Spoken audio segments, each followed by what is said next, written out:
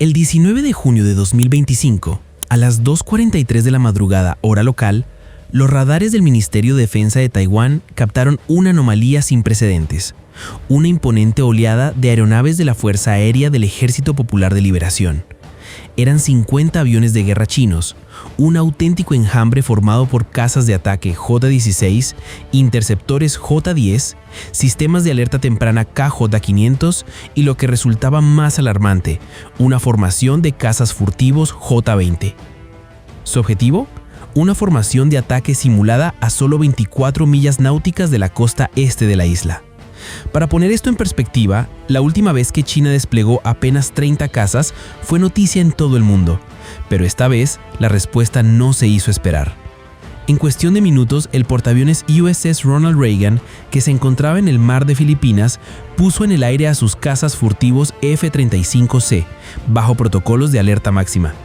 Lo que siguió no fue una batalla aérea clásica, sino una silenciosa y letal partida de ajedrez. Un pulso de guerra electrónica, reabastecimiento en pleno vuelo y fijaciones de radar que estuvieron a punto de desatar un conflicto real.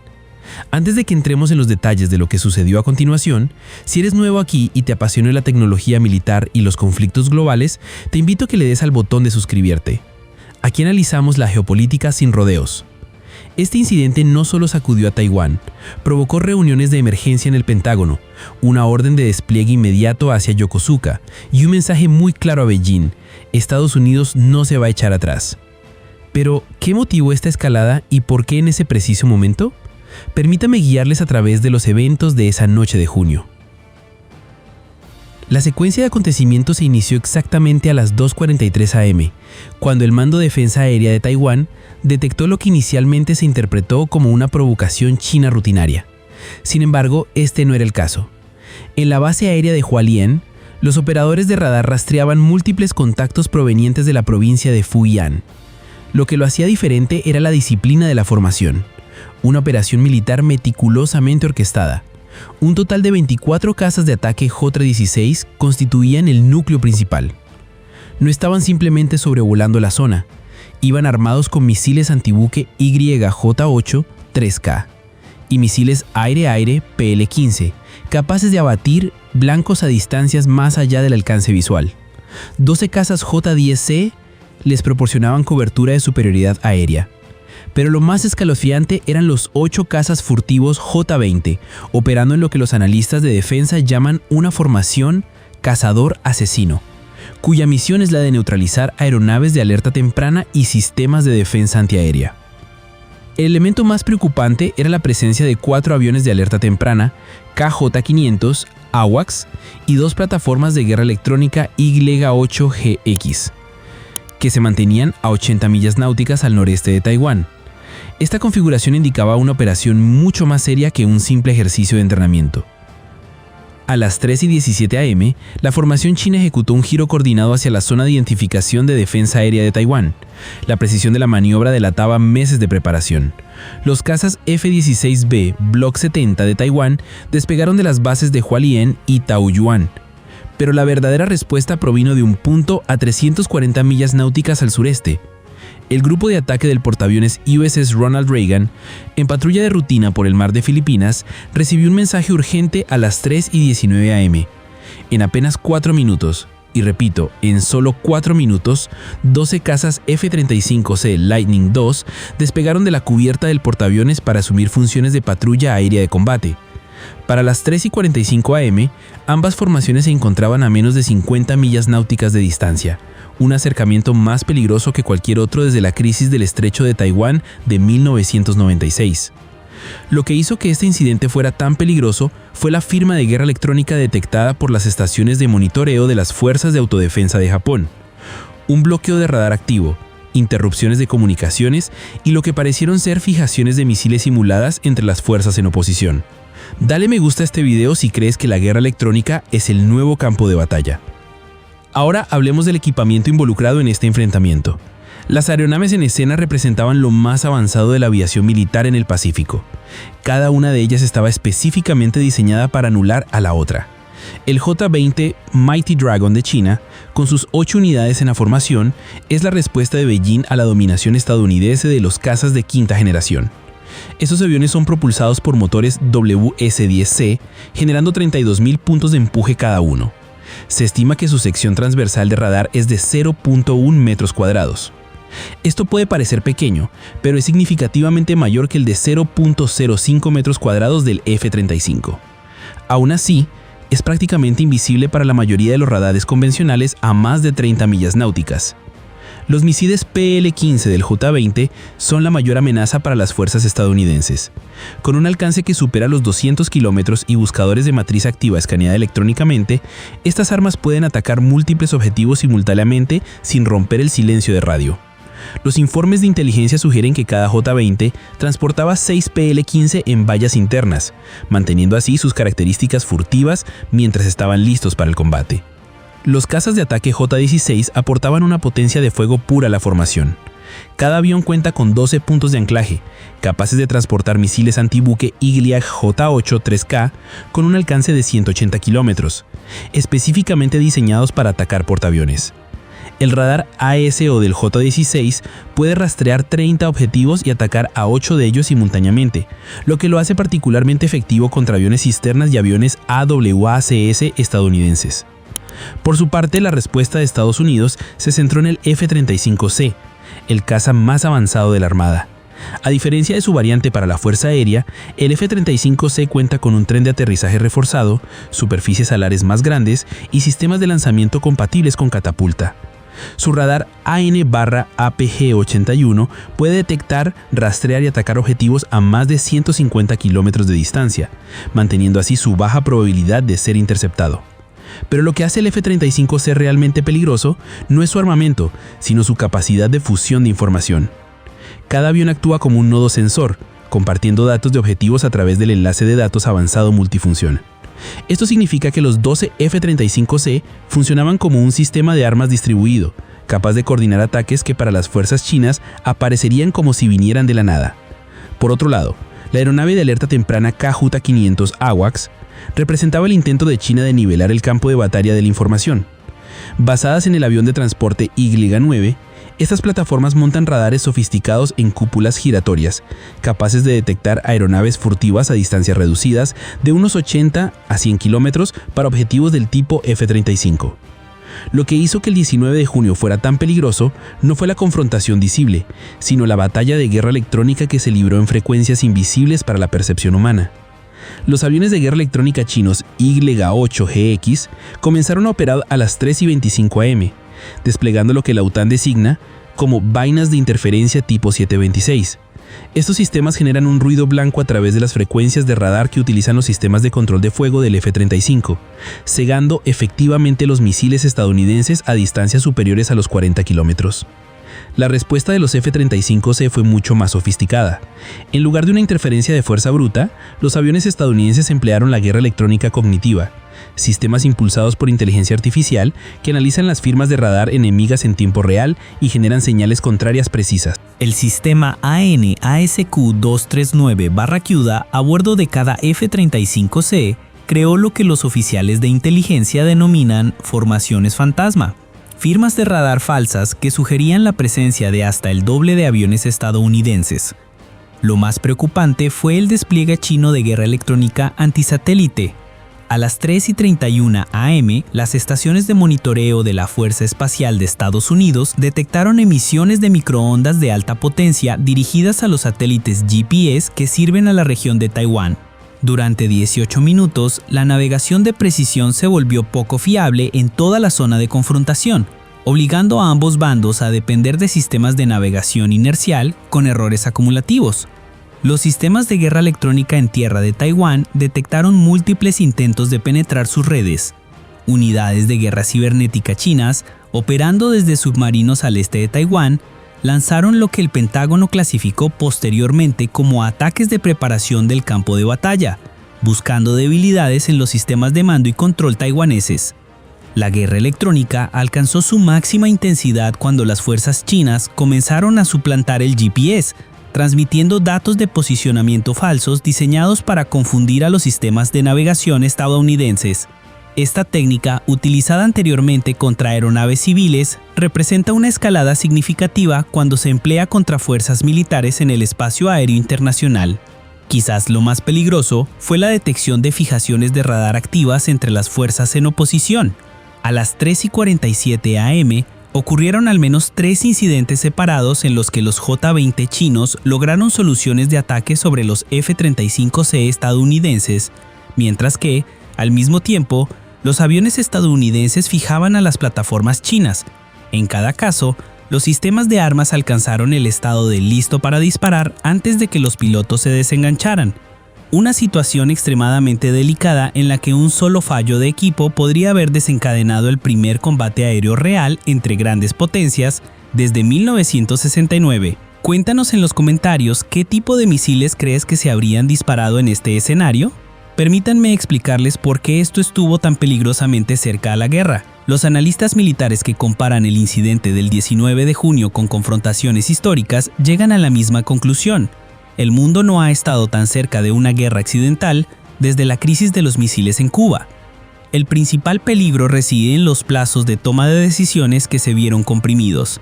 El combate aéreo moderno se desarrolla en segundos, no en minutos. Cuando los pilotos de los F-35 se detectaron múltiples fijaciones de radar de los J-20 a las 3:47 am, su entrenamiento les indicaba que debían tomar una acción defensiva inmediata.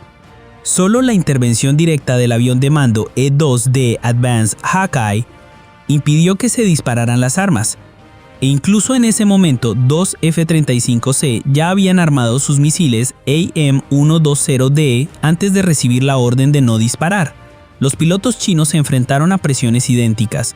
Los cazas de ataque J-16 que detectaron la aproximación de los F-35C a través de sus sistemas de búsqueda y seguimiento por infrarrojos comenzaron las verificaciones previas al vuelo de sus misiles antibuque YJ-83.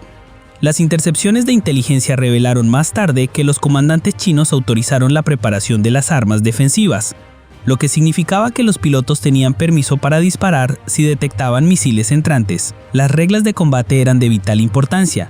Las fuerzas estadounidenses operaban bajo la Orden Permanente del 25 de la Flota del Pacífico, que autoriza acciones defensivas contra actos hostiles o intenciones hostiles. Cuando las aeronaves chinas lograron soluciones de ataque sobre las plataformas estadounidenses, esto constituía, técnicamente, una intención hostil según las reglas de combate actuales, justificando potencialmente ataques preventivos. Lo que evitó la escalada fue un acuerdo previamente desconocido, los Protocolos del Pacífico, una línea de comunicación militar a militar secreta establecida tras la cumbre de Biden y Xi Jinping en noviembre de 2022. A las 3:52 am, la comunicación directa entre el USS Ronald Reagan y el mando del Teatro Sur de la Armada del Ejército Popular de Liberación permitió una desactivación de conflicto en tiempo real, con ambos lados acordando una retirada simultánea. Ahora la pregunta es, ¿cómo pudo la inteligencia estadounidense seguir cada movimiento? El incidente del 19 de junio no tomó por sorpresa a la inteligencia estadounidense. Lo vio desarrollarse en tiempo real a través de la red de vigilancia más sofisticada jamás desplegada. El NROL-71, un satélite clasificado de la Oficina Nacional de Reconocimiento en órbita geoestacionaria sobre el Pacífico, había comenzado a rastrear los preparativos chinos 18 horas antes del incidente. Utilizando un radar de apertura sintética capaz de detectar el movimiento de aeronaves a través de la cobertura de nubes, el satélite identificó actividad inusual en la base aérea de Longtian, en la provincia de Fujian, a las 8:30 am del 18 de junio. El avión RC-135B, Rivet Joint, que operaba desde la base aérea de cadena en Okinawa, proporcionó inteligencia de señal crucial. Volando en el espacio aéreo internacional a 200 millas náuticas al noreste de Taiwán, los receptores del avión interceptaron comunicaciones militares chinas a partir de la 1:15 am del 19 de junio. Analistas lingüísticos a bordo del avión proporcionaron una traducción en tiempo real del mandarín, identificando el nombre en clave de la operación, Ejercicio del Dragón del Trueno. La inteligencia con base en submarinos demostró ser igualmente valiosa. El USS Connecticut, un submarino de ataque de la clase Seawolf posicionado en el estrecho de Luzón, utilizó su sonar para rastrear los movimientos de los submarinos chinos que precedieron la operación aérea. 2 submarinos de ataque nuclear tipo 093 habían tomado posiciones al este de Taiwán, lo que sugería que las fuerzas chinas esperaban un posible enfrentamiento naval. El avión de vigilancia no tripulado RQ-4 Global Hawk proporcionó vigilancia continua durante el incidente. Sus sensores rastrearon simultáneamente las formaciones china y estadounidense, proporcionando a los analistas del Pentágono un panorama táctico en tiempo real que se actualizaba cada 2.3 segundos. Tal vez lo más sofisticado fue la inteligencia electrónica basada en el espacio. Los satélites clasificados de la serie Mentor interceptaron comunicaciones militares chinas a través de múltiples bandas de frecuencia. Estas intercepciones revelaron que las fuerzas chinas operaban bajo la condición de ejercicio 2, un paso por debajo de la preparación para el combate, y que se les había autorizado a participar en la guerra electrónica contra las fuerzas estadounidenses. Lo más crucial fue que los sistemas de análisis de inteligencia artificial procesaron esta información en tiempo real. El proyecto Maven AI del Pentágono analizó miles de puntos de datos, imágenes satelitales, intercepciones de comunicaciones, patrones de vuelo y precedentes históricos para evaluar la probabilidad de intenciones de ataque chinas. El sistema calculó una probabilidad del 23% de un enfrentamiento real, lo que activó alertas automáticas al mando del Pacífico. Entonces, ¿por qué escaló China? La decisión de Beijing de desplegar 50 aviones en formación de combate no fue espontánea. Representó la culminación de presiones estratégicas que se habían estado acumulando desde principios de 2025. El detonante inmediato fue el anuncio de Taiwán el 15 de junio de una cooperación militar ampliada con Filipinas. El acuerdo incluía patrullas navales juntas en el mar de China Meridional y el establecimiento de una oficina de enlace taiwanesa en la bahía de Subic, desarrollos que Beijing consideró amenazas directas a sus reclamaciones marítimas. La dinámica interna del Partido Comunista Chino jugó un papel igualmente importante. Xi Jinping enfrentó críticas dentro del Comité Permanente del Politburó, por la que se percibía como una respuesta débil de China al aumento de las ventas de armas estadounidenses a Taiwán. El paquete de armas de $8.500 millones anunciado en mayo de 2025 incluía 200 sistemas de cohetes HIMARS y radares de defensa aérea avanzados. Las presiones económicas intensificaron el calendario de Beijing.